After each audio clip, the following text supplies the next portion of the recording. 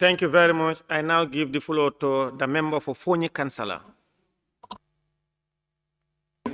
Thank you very much, Honorable Speaker. And I thank the Justice Minister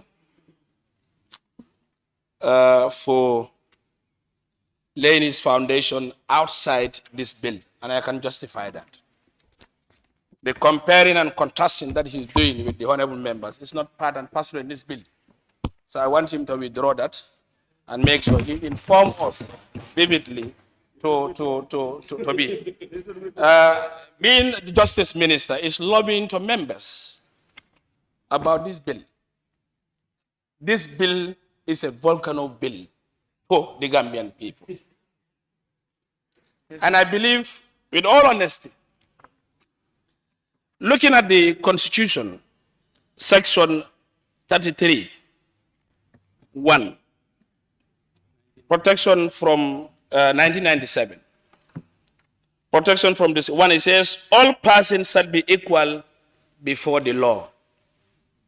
And sub provision 5, no law shall make any provision which is discriminatory either of itself or in its effect. This is very discriminatory. Very clear. Superior judges, where are the magistrates? Where are the clerks who are doing the donkey job of the courts? So you expect us to stand and say, I'm here, other honorable member, let's pass. Which committee? Let's thrash this out and we bury it 40 feet down. We don't need to waste our time on this. We have to be honest. As you have retired, you will still be paid. Being a superior judge, still, my salary will still be increasing. How about that poor teacher? How about that poor soldier? Nurses. I concur with the honorable member. If we accept and refer this to the committee, we tailor-made change. Education director can also come. Other services can also come and say, we are laying our own bill. I concur with you. Let him work with the reform agenda that will suit the life and the aspiration of the Gambian people, not only a cohort group. We cannot accept a kabudu in terms of our gains and remunerations. It has to be all. All these are issues that I think it should be a clear moment for us. Of recent, the government came with a ban. What are they banning? Are they only banning for the sake of banning? Based on resources. That's what the other honorable member said. Will we be able to cater this? And the saddest part of it, honorable member, we have to be smart. He is a judge, he's a lawyer. He cannot come and play with our minds in this assembly. It's a taboo. So being the case, you compare me as a parliamentarian. Others are even renting. Some of these have houses that they are lodged for free. Cars driving for free. Security is free. Whatever you're to do, a lot of them are all free. And what are their earnings compared to us? So I believe, we could not be used as tools. Every honorable member, you are responsible for yourself and your constituency. My people, and other Fonyikans have said, they don't want it. They don't even want to see it pass to a committee. It has to be buried alive, 40 feet deep in this. You should not waste our time. You go to committees and say, okay, the ABC passed to another committee, they sit, they'll be paid. Are they not the same results that are going? Let's not waste our time on this. This is very clear. And I believe, in all honesty, we should be proactive. One, I want to make the record straight that I am not against the progression of the law.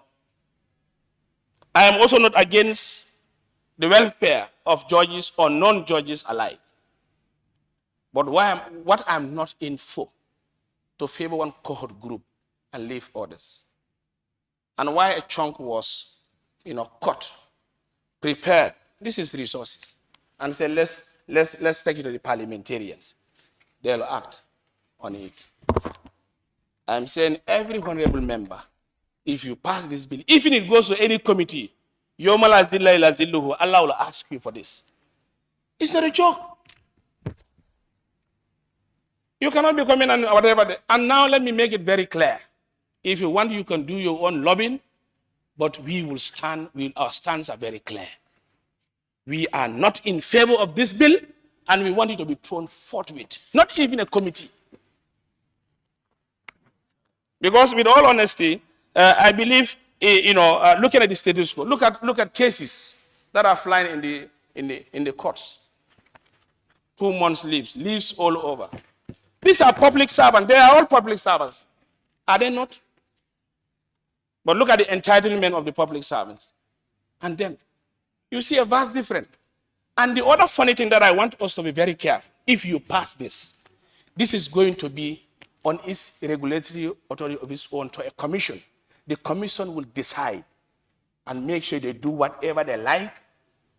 I just pay them as they are, but we will not have any hand in this. Let's look at this critically, and we make sure we argue on the facts that will salvage this country. On that note, I adore every honorable members.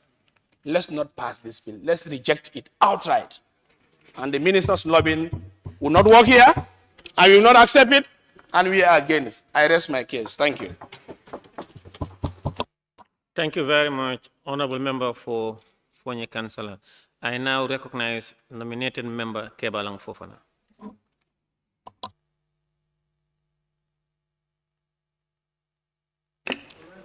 Thank you very much, Honorable Speaker. Honorable Speaker, to start with, I think I would join my fellow honorable colleagues to say thank you to the Minister of Justice for the second reading of the bill, and then telling him that looking at the objects and reasons of the bill, we believe that should be across the board. Providing incentives to workforce is an obligation on every employer. So, and if you look at the title of the bill, it says Judicial Officers Remuneration and Other Entitlements Bill, which means the bill seeks, among other things, to provide a platform that will be motivational to the judicial workers to enhance their retention. That is in good spirit. And I believe each and every member of this honorable house will stand for that.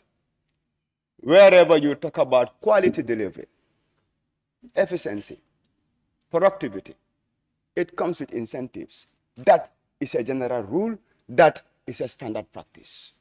Now the question is how? And that's where our mandate comes as parliamentarians. The how element to that is answered by the bill.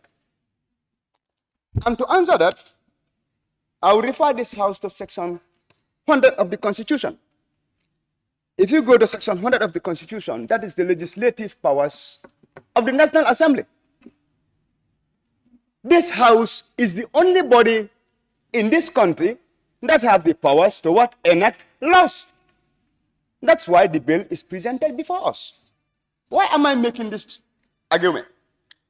It's premised on the fact that we are making comparisons between the draft constitution and this particular bill. There are fundamental differences. The draft constitution was presented to this noble house. Nominated member, please take a seat, sir. Hey, member Folate Kuna, put off your mic. Don't put on your mic. Members of the gallery, I just want to inform you that please put your mobile phone on silence or vibrate mode if you cannot switch it off. We may not want to entertain mobile phones ringing and distracting members. Please. Nominated member Kebalang, please proceed. Thank you, Honorable Speaker. The only problem is I can't rewind. And I'm distracted, but I will try. What I was trying to say is, it is only this house that have legislative powers, which is provided in section 100 of the Constitution of the land. And that argument I'm trying to pose is premised on the fact that people are making comparisons between why the draft constitution was rejected and this one. The draft constitution was presented in front of this house with only 2 options, huh? And you were asked to choose one. Take it as it is or what? Reject it. And I will tell you, if at all this particular bill was presented in a similar format, I'll be among the people to tell you, bury it. Honorable, may I observe, please? To make it clear. Just go ahead. Honorable, the draft constitution was not presented in 2 formats. You reject or you passed. No, we debate on, we have the issues that we have, that are embedded in the draft constitution, that we thought that it's not citizen friendly, then we reject it. And these are the issues. It's part of them. Thank you. Honorable, I think you haven't said anything different from what I said. You might have debated on it, but did you have the legislative powers to change its content? No.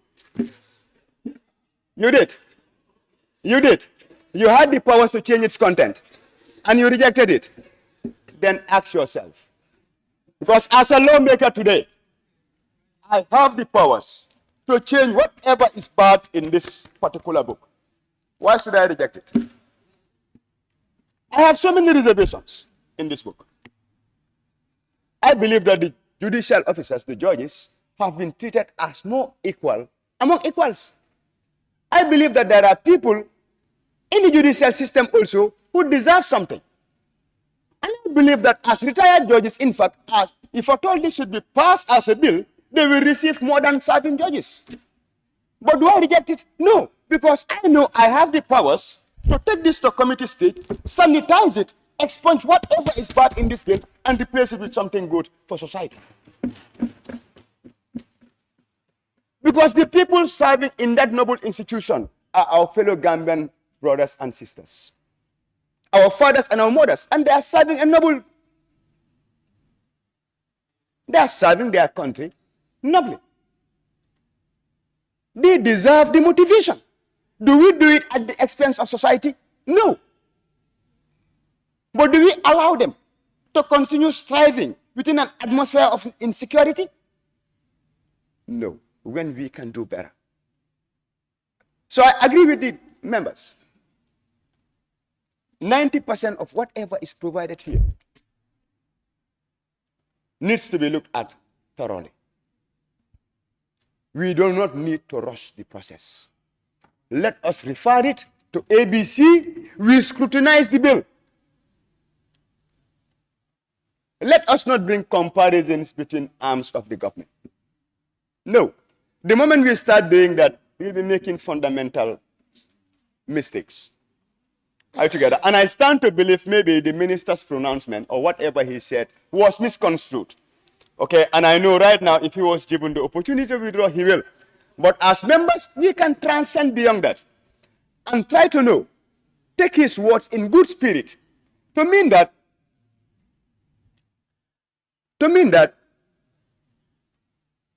the primary motive behind the bill is to make sure that the judicial officers have security in service. We are looking at everything that we don't want to see in the bill. But there are other issues in the bill that do not apply to us. For example, if at all you look at, there is a particular clause where it states that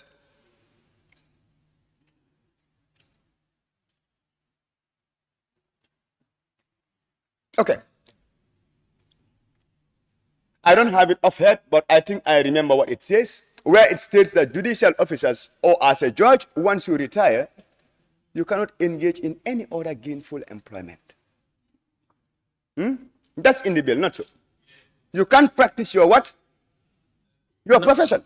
Does that apply to us as parliamentarians? Yes, nominated member Kebalang Fofana, we are supposed to debate only on the general merits and principles, not the specific. Thank you. Proceed. Then it's good that I didn't quote the particular clause. Now we'll generalize it. In general terms, does that apply to any other profession? No.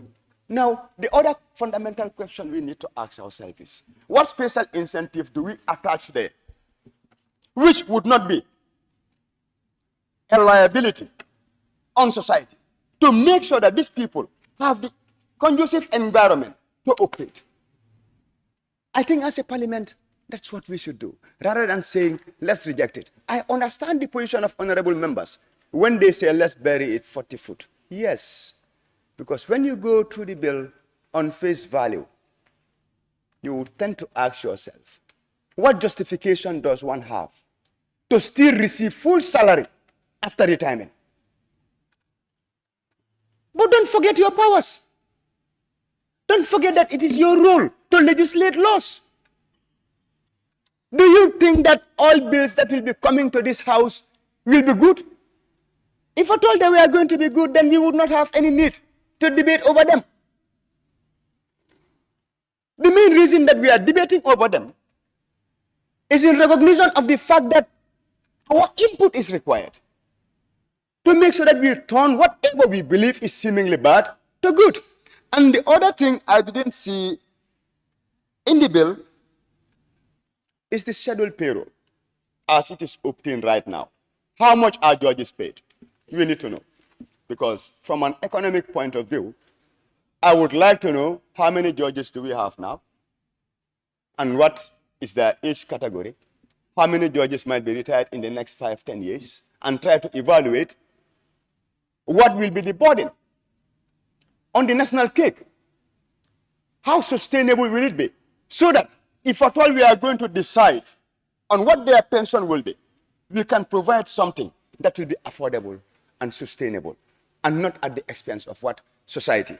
And to conclude, I think I would really align myself to the submission of Sami to say, let us commit the bill to ABC and make sure that they do the needful.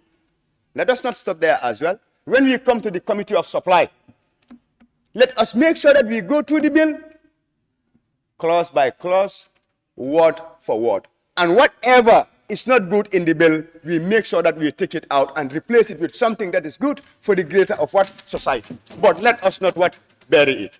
Thank you. Thank you very much, nominated member Kebalang Fofana.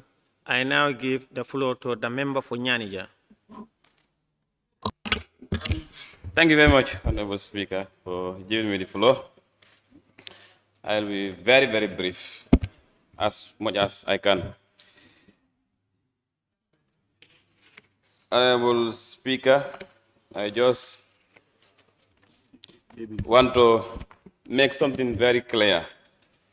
This House does not commit bills to the ABC. The procedure is once a bill successfully passed the second reading, it's automatically referred to the ABC.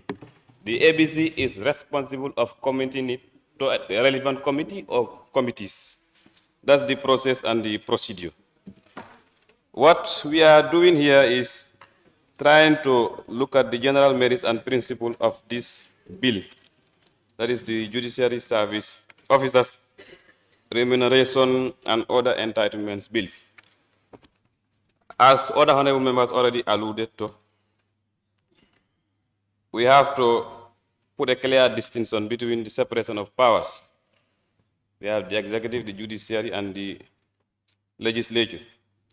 But I was very uncomfortable when the honorable minister was trying to convince me and convince us, trying to compare the National Assembly pensions and salaries and pension act with this one. That was definitely not a very good justification. And if I was in any position trying to justify this bill, that could have even made me to go otherwise, because that was not a good, definitely, justification as far as I am concerned. Because you cannot compare National Assembly members with any other arm of this government. We've all seen what happened recently. We are trying to provide a scheme, an alternative scheme to provide mobility to members, and unfortunately, you've seen the backlash from the society. The benefits the other arms of the government are having, no member of the National Assembly is having it. That has to be put straight. And instead of applauding the efforts the National Assembly Authority and Service bring forward to ensure there is a sustainable mechanism in trying to provide mobility for members, no other person was there trying to even defend us or otherwise. That was very unfortunate. So Definitely, you cannot compare this with the National Assembly pension and whatever that we have. Looking at the objects and reason of the bill, as he clearly mentioned, I understand and appreciate the fact that the judiciary should be independent and judges should definitely be protected and in terms of remuneration and also pension. But Honorable Speaker, it is very difficult at this moment for me to share my blessing or even take a risk of saying, let's refer to a committee. I wouldn't play that double standard. My position is very, very clear. I stood here in 2020, spoke vehemently against the draft constitution. Today I am vindicated. This is one of the things. There are other things that we will set aside maybe until another day. But I cannot play double standard. I can lie to you, I can lie to any other person, but I cannot lie to myself. I have to be very sincere and honest to myself. I rejected a document because of this. And members here by then said, please, let's allow the process to proceed. Let's allow the second reading to pass so that we can do consultation and sanitize whatever that you sanitize. But I wouldn't dare take the risk at Biden. And it's the same position I am having today. I cannot take any further risks. Because people are crying. Even if you go to media, everybody is talking about this. Who am I to say, let's give it a chance so that we can sanitize it? Who knows what will happen next? Let us be clear and very sincere to ourselves, honestly.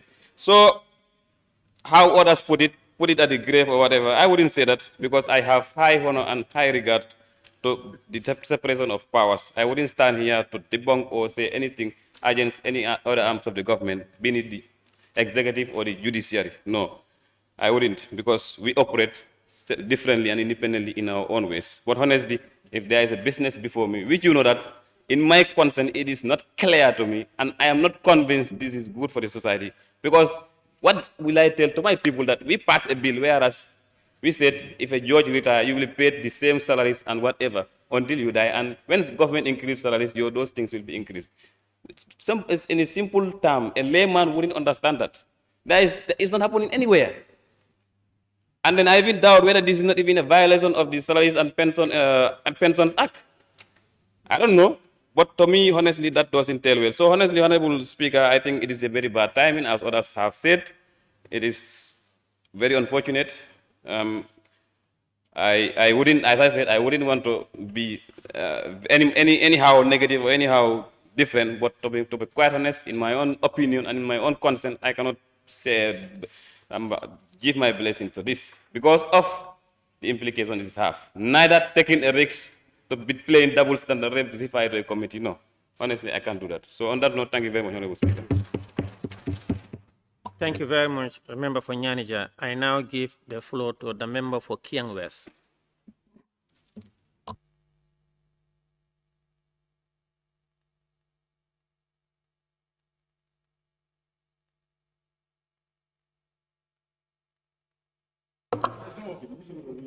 Honorable Speaker, I will protest. Yesterday, I was called to take the floor and my mic refused. And the same thing happens again. So I only hope tomorrow it will not. Maybe it's the Badipukas and the Nyominkas. They are the very one. No, the mics are protected.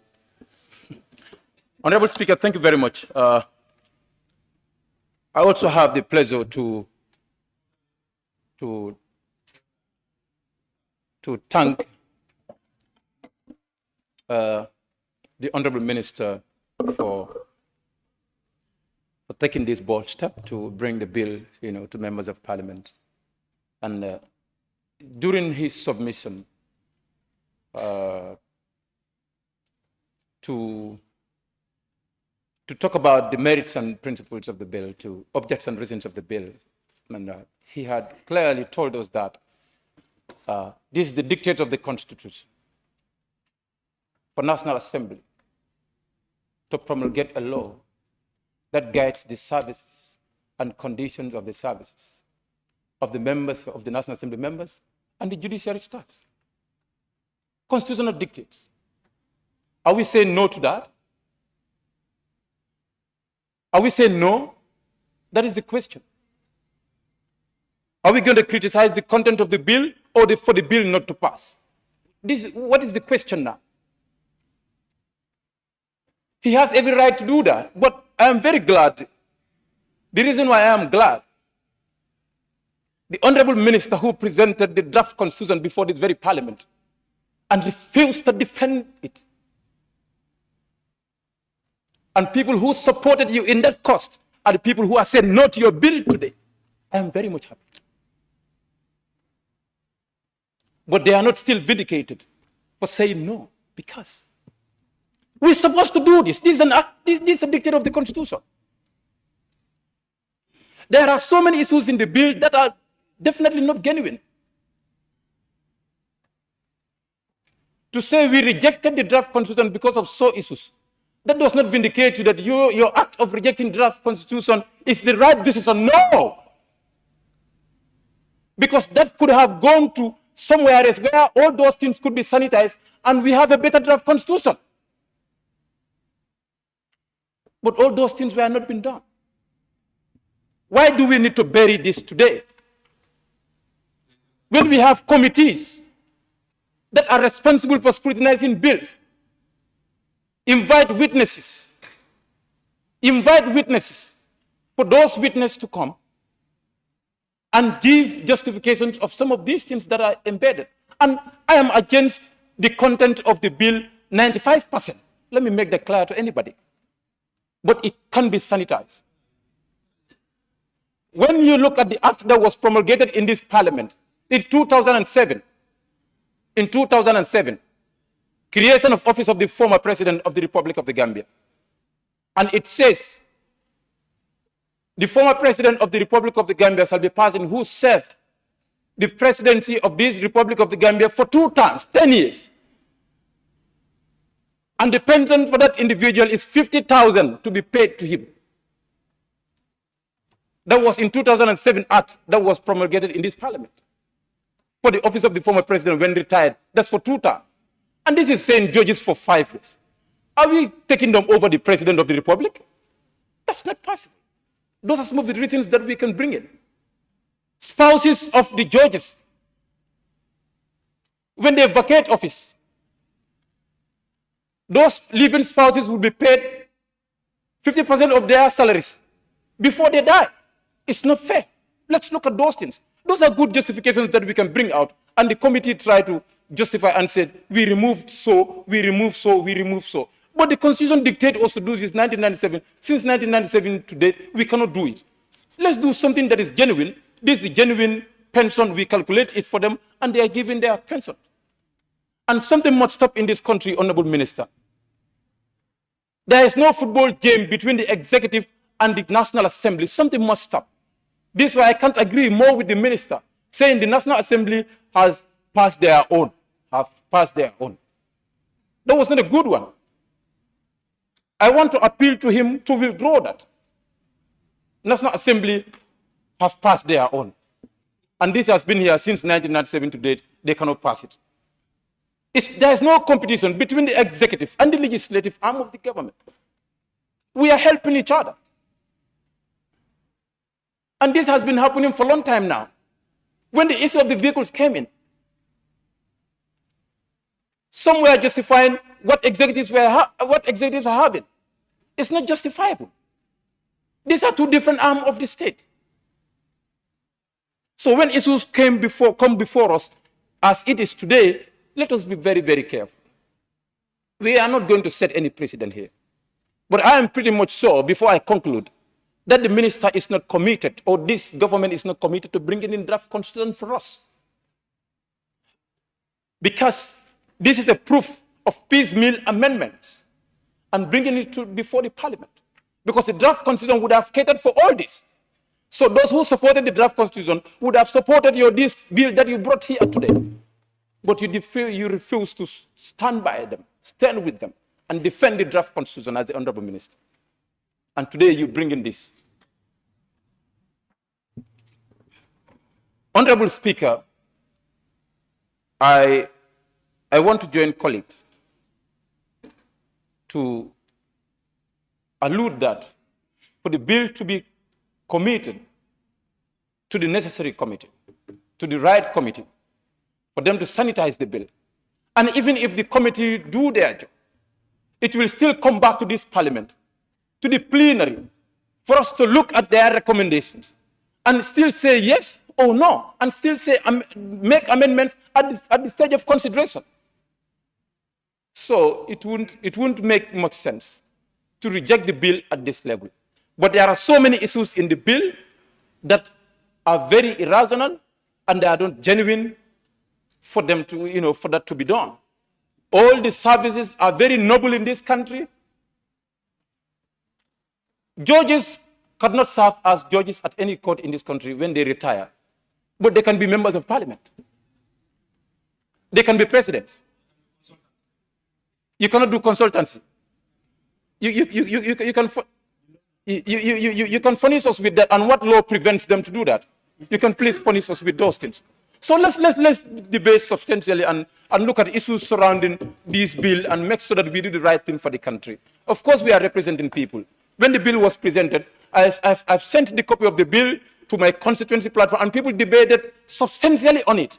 Some were saying this is one of the reform agendas of the government, and some were saying this is not good because all the services are noble. But what is more important, what is obligation on us as members of the parliament, is to do our job. We have a legislative responsibility, and we have a responsibility to make decisions and take responsible of the decisions that we make, the consequences of our decisions that we are taking in this parliament. Honorable Speaker, thank you very much for giving me the floor. Thank you very much, member for Kiang West. I now recognize the member for Upper Salo. Thank you very much, Honorable Speaker. Thank you very much, Honorable Minister, for bringing this bill, which is essentially to regulate the conditions of service of judges, but of the superior courts only. And, Honorable Speaker, if you remember, we need to fast forward, or we need to rewind the tape, just like my colleague said, in what happened in 2020, when the same minister was sitting right there where he is, but I was sitting over there. And I was one of those that stood to say no. This was one of the clauses why I said no to the draft constitution. In fact, on that day, I remember I asked him, you are trying to create a pension scheme, or how do I call it, a retirement heaven for the judiciary. That's what I told him. It was unfortunate that he was on the firing line because he was new at the time as the Attorney General. And nothing actually has changed. It was the same day or the same night when we were being called traitors, when we were called unpatriotic, when our mothers were insulted for saying no to the draft constitution, when most of the people saying yes, they did not even go through the draft constitution to understand what embedded in it. We went through it. We knew what actually happened. We knew there was need to be more consultations. And the people that were saying, and most of the people that called me, I said, look, did you go through it? They said, no, but we need to go to the Third Republic. What actually is it when you go to the Third Republic? We're still going to be Gambia. We're still going to be the Republic of the Gambia. What actually important is for the reforms that we want to do to make sure that we set pace and put them in place. So today, it's the same people that are actually telling me, no, you need to throw this one away. I'm telling you, it's the same. They're sending me messages, calling me that you need to throw this away because this is not sustainable. What has changed in 2020 and now? What has changed? Was it sustainable in 2020? No, it wasn't. What we said is there needs to be more consultation on this particular bill. Because again, even though I understand that you are talking about a few number of people, we understand that. But do you think the number of magistrates will continue to be magistrates for the rest of their lives? No, I mean, we have to be fair to each other. We have to look at it holistically, but not only to look at only a very small few and create them as if like they are better than the rest. In fact, if you look at the law here, it's called the former president's official allowances and other benefits of the president of the republic. He only gets $50,000 when actually retires, and he only qualifies when he serves 2 terms. But here you are telling me the Chief Justice only needs to serve only 5 years, and then he can retire for the rest of his life with a salary. When the president of the republic needs to serve 2 consecutive terms to be able to qualify. I mean, what are we trying to do here? Is it that we have a very imbalanced world, and we are trying to correct. And I do understand that the bill is here because we are the only people that actually have the powers to change whatever we need to change. We do understand that. We do also understand that the civil service reform does not cover the judiciary. We understand that as well. But we must also ensure that we don't create inequality in the judiciary. Now, if you go to Mile 2 or you go to Janjambura Central Prisons, most of the people that are there right now, who sent them there? Is it the High Court judges or is it the magistrates? Who is at a greater risk walking on the streets of this country? Who is at a greater risk? Is it not the magistrates? They are mingling with us every day. They are sending our brothers and sisters because of what they have done in society. But they say, no, now you go to this particular section, which is section 15, official vehicles, even vehicles to transport them. You said, okay, we're going to provide transportation, but the following judicial officers, judges, chairman of the Court of Appeal, the judicial secretary and deputy, the master, the sheriff, chief magistrate, only. No. So I think we as members of parliament, I think there's a great need for us to really scrutinize this and also to ensure that it's actually very sustainable. Because when you're dealing with retirement, when you're dealing with pensions, you are thinking about the future. And there's no one that can tell me the lifespan of a judge. Nobody is. We are just making a guess. Nobody. For Upper Salem, please don't be specific. Please. Don't be specific. Yeah, that's part of the mix. I'm just pointing out something that is actually in the equality. Please proceed. Yes, these are the merits. You know. So for me, we are dealing with something that's actually segregating. So we need to be really very be very careful of that. Now, if you go also even further, now the security aspect as well. You know, I mean, you say on clause 16, a judge shall be provided such security as shall be adequate for the protection of his or her person and residence. I mean, again, we're forgetting about the magistrates. And these are the people every day. You go to Kanifing, you go to BANJUL, you go to all over the place. Honorable member for Upper Salem, please don't cite sections. No, I'm reading from what is given to me. Please, it is specific. No, our debate is on general merits and principles of debate. So I'm mentioning not the object, please. No, I'm talking about the clause that is here. What is the merit of this particular clause? You know, well, I mean, Honorable Speaker, with due respect, please, I cannot talk about generally without actually being very specific to the clause. Take your seat, please. Yes. Honorable members, our discussions should be centered on the general merits and principles, but not to be specific quoting clauses and please. Thank you. Now let's talk about the security issue also. They mentioned it in the bill.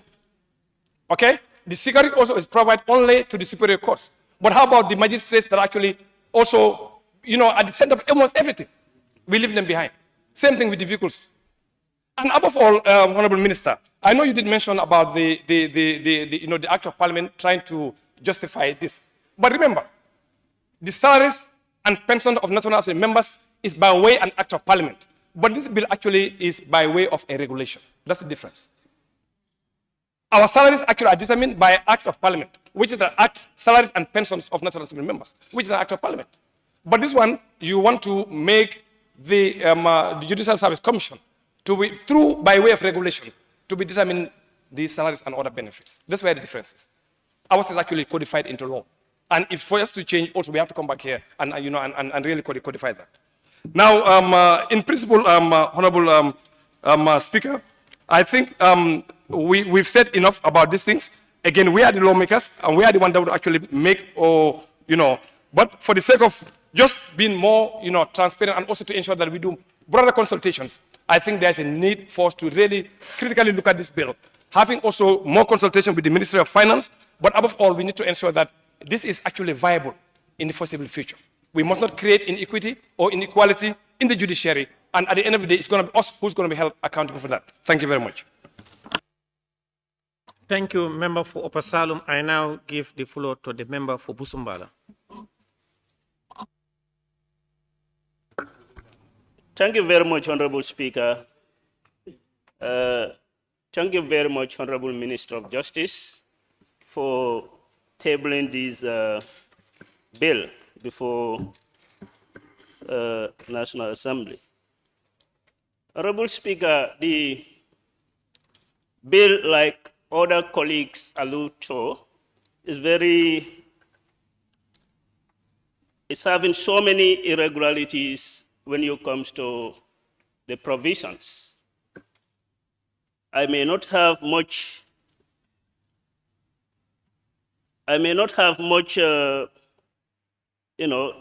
disturbance about its merits, as it is important that we encourage judicial officers whilst doing their service noble job in this country. To increase, upgrade salaries and allowances of judicial officers is something that is important. We need to do that. But whether our current economic situation is viable to cater that, that's one of the considerations that need to be factored. And looking at the provisions of the bill, there are certain discriminations in respect to their official vehicle allocations, as it has been provided in the Act. Judges, chairperson of the Court of Appeal, judicial service, judicial secretaries, chief magistrates, sheriff, and masters are entitled according to the bill, but leaving the magistrates who have direct contact at the magistrate court with the accused persons were not catered. And to be honest, like one of the member for Upper Salem alluded, if you go to magistrate court, you found several accused persons that interface with the magistrates. To me, they face more risks than that of the judges. That brought me to the security aspect of it. If you are telling me that judges who, after pensioning, should be entitled to security for the rest of their lifetime, what happens to the other sectors, like the police, commissioners, generals in the army, who are in the security fraternity and they doing the security for this country, and they are facing greater risks. But as we speak, in other countries like Nigeria, when you face from the security sector at a certain rank of a general, you are given a security for the rest of your life. But we want to cater that, we want to allocate these securities to the judges, leaving the security personnel in the ranks of judges, in the ranks of generals and that of commissioners. We need to be careful. We are lawmakers. Anytime we have acts tabled before us, we cannot just expel it. We have powers to go into that particular document and scrutinize it. How can we scrutinize this thing? We need more time to make a thorough consultation, unearth facts, know the intent and purpose of the drafters. Then we will be able to make a good law that will take the test of time for posterity. If you look at the pensions, that I also have a problem.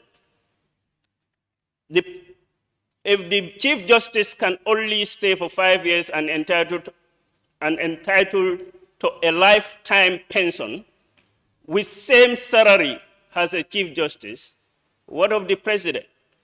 Some of my colleagues have cited an act here. You know, the former President's Act. They can serve 2 terms and entitled to only $50,000 after presidency. So are we saying the contribution towards the national development in this country by the Chief Justice overweighs that of the President? No. So let us try to be very careful and go through the content of the bill very critically so that we can do justice to the bill. If you comes to the section 21, the speaker is not comfortable for us to cite sections, but then, yes, but then this is also another area that creates some discrimination. We understand. Honorable Member for Pusumbala is not the speaker, it's the standing orders of the National Assembly. Okay, that's good. But we are reminded by the speaker anyway.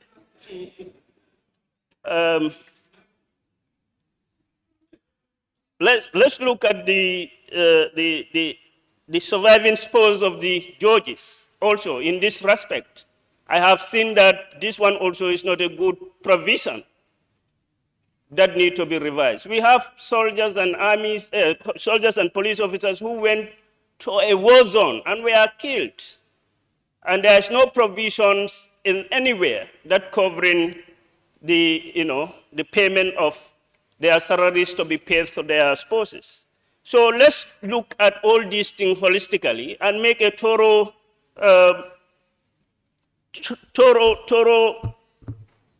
investigation and scrutiny on some of these provisions. There we can give a better law for the people of this country. One area I am not that much comfortable is when the Minister of Justice, make a comparison between National Assembly and that of the Judiciary, to the extent telling us that you made this thing and leaving this other thing without for years. But let me tell you, the judiciary is not left behind in terms of increment of salaries. Any salary increments in this country, the judiciary also do augments. Is the minister telling us that since 1997, the judiciary did not increase their salary? Their salary has been stagnant? No. That comparison, to be honest, we are not comfortable with that. And even judges, comparing their take-home and that of the National Assembly, it varies. The entitlement that the judges are enjoying today varies from the National Assembly. People should not take this thing out of context to say that National Assemblies have a new products. We do, of course. It is an entitlement that we found the fifth legislation feel it deemed to make sure that, to make National Assemblies more efficient in their operations. But that car is in fact a burden to some of the National Assemblies. We must tell the truth.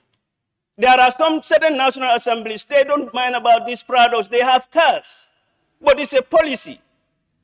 And these cars are burden to some National Assembly members because they are encouraged to employ drivers, which they are going to pay from their own salary.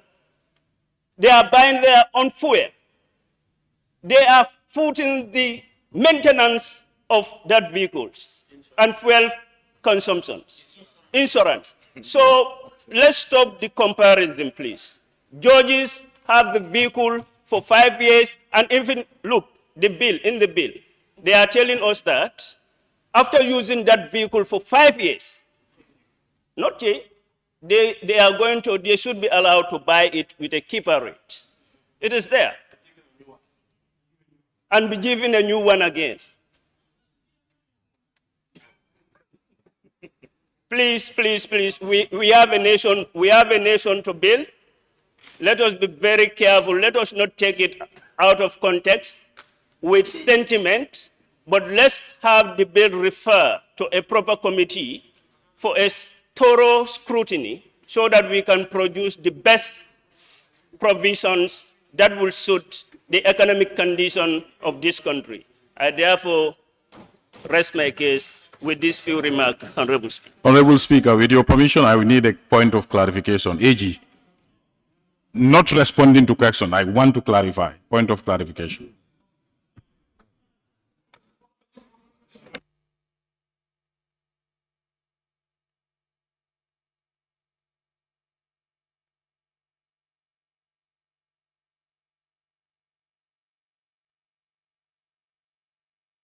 Order. Please, order, honorable members. I want to suspend the House for just 30 seconds, please. The House is suspended. Please, members, don't leave. Under 30 seconds, please.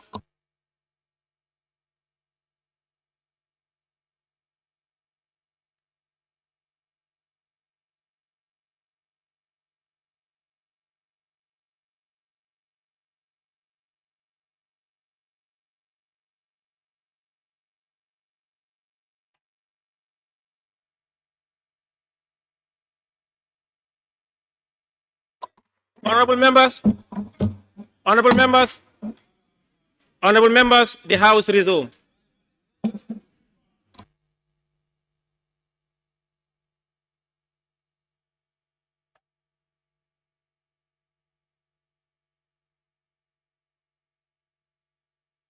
Honorable members, please, let's proceed. The Honorable Attorney General wanted to raise a point of clarification. Point of clarifications and or observation is only best when an individual is on the floor and you want to probably observe or clarify based on the point the member. But in this instance, it was after submission of the honorable member. And you will still have your time to clarify and or to... Honorable Speaker, maybe he wants to... Please, honorable member, don't use your mic if without a leave. Thank you, honorable member for Busumbala. I now give the floor to the member for Brikama North and Minority Leader. Honorable Speaker, honorable members, I want to remind ourselves that 3 core mandates that the National Assembly members have: representation, oversight, and legislature. I have the belief key among these mandates is the legislature aspect.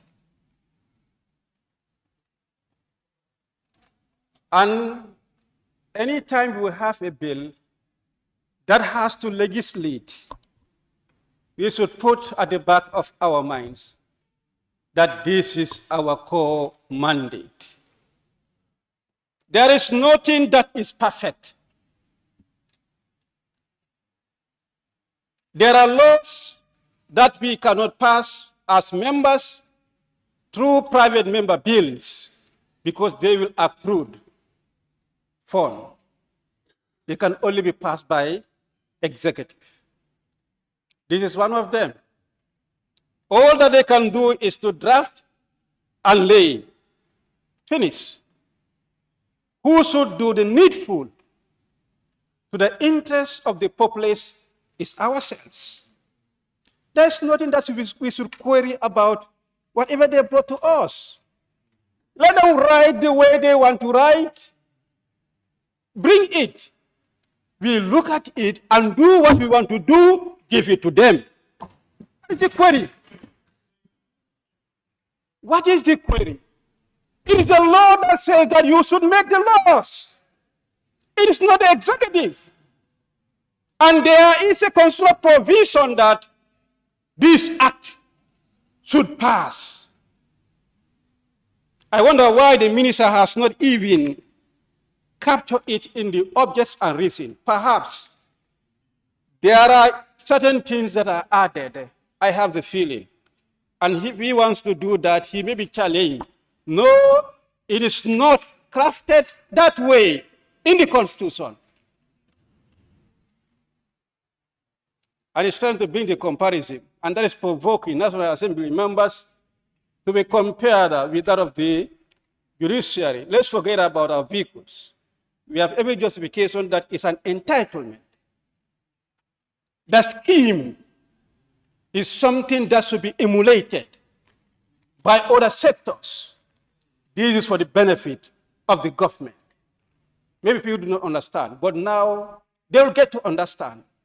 Let's forget that debate and focus on what is before us. Honorable members, one of the sonars, the President of the Republic, stood here and informed us that we are in the process of Gambianizing the judiciary. What that means? We want to have our Gambian judges.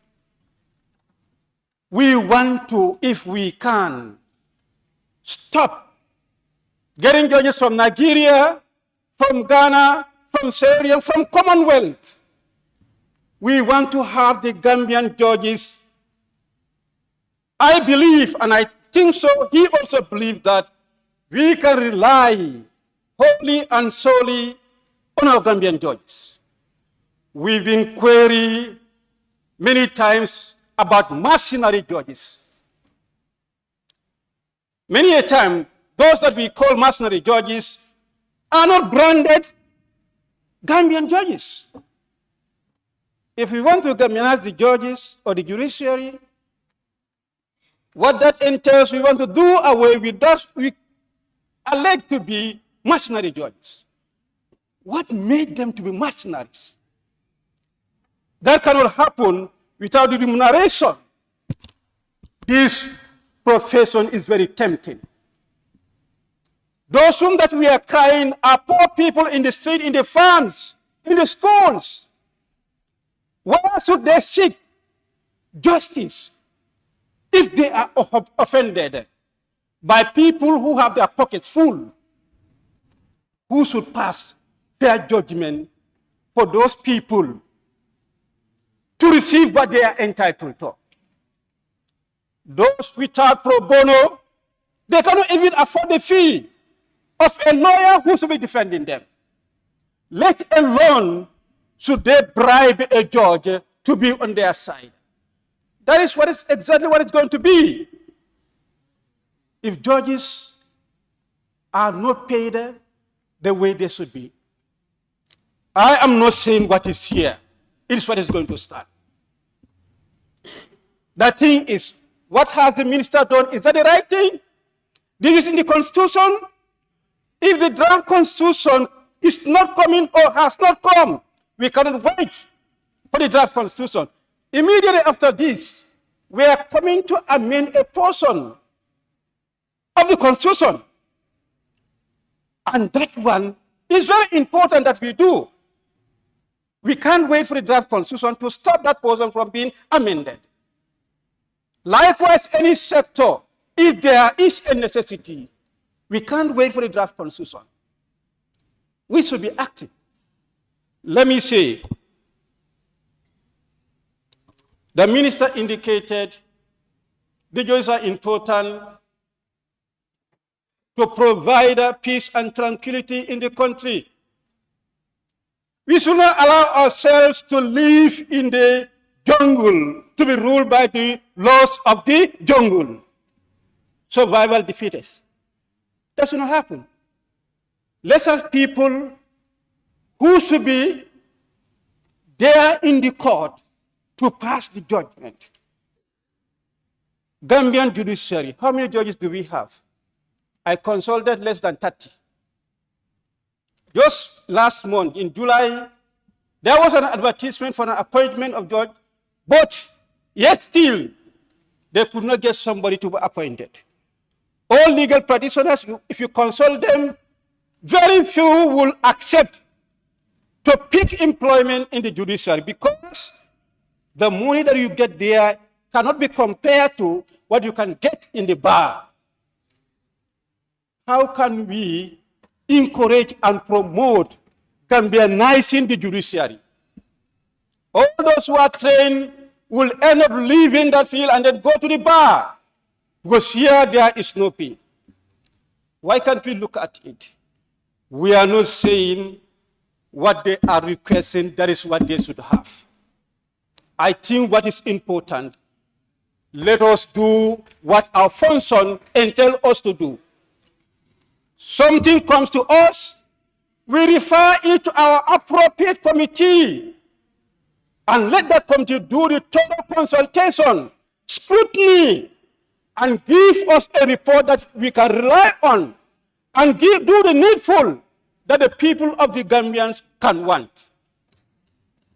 This is our work. I think that's what one honorable member is emphasizing. The draft constitution did not come with two options. The options are always the same.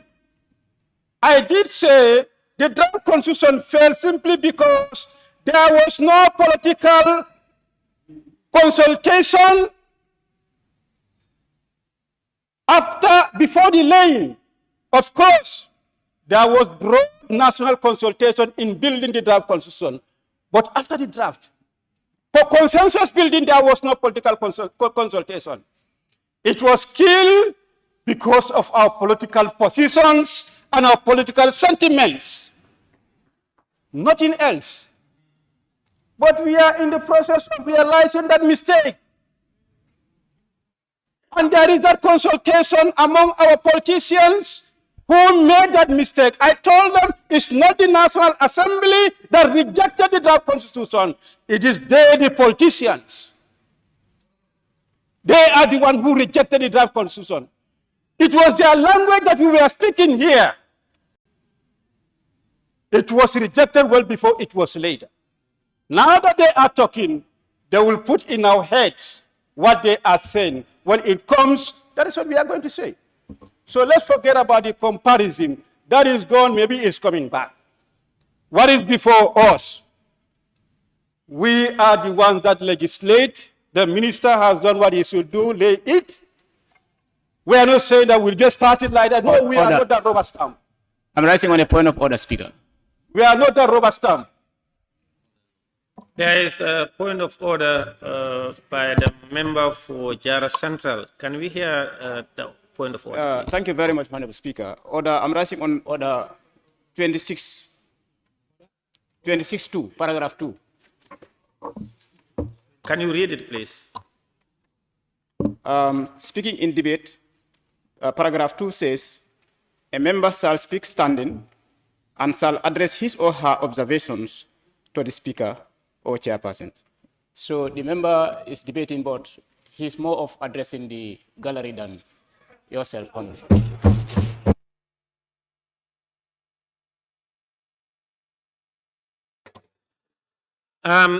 Thank you very much.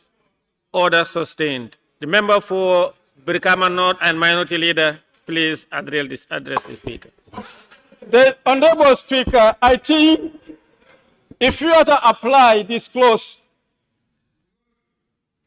the way I am seated should be relocated so that I face you. Because I will find it very difficult to be facing the Speaker when I'm supposed to be directing this way. No, I am finding it very difficult. My necks cannot allow me to be twisted and look at the Speaker. Honorable Minority, please, you know what he meant by that, please. There is point of order from the member for Latikunda Savage. Yeah, I want to be very sure Please. of the interpretation here. Does it mean calling the name? No, order, please. I wrote on point of observation, not point of order. Take your seat, please. I wrote on point of observation. All right, sit down, please. Okay, thank you. Honorable member, please, order. He's out of order. The member for Kiang West, you have a point of order. Yes. Please. Order 17F. While a member is speaking, all members shall be silent and shall not make unseemly interruption. Remember, know it, that order he is quoting did not apply here. Does not apply here. He was just trying to interrupt him. It does not apply here. No, Who please. is he going to face to address? Please. He is making sentence submission.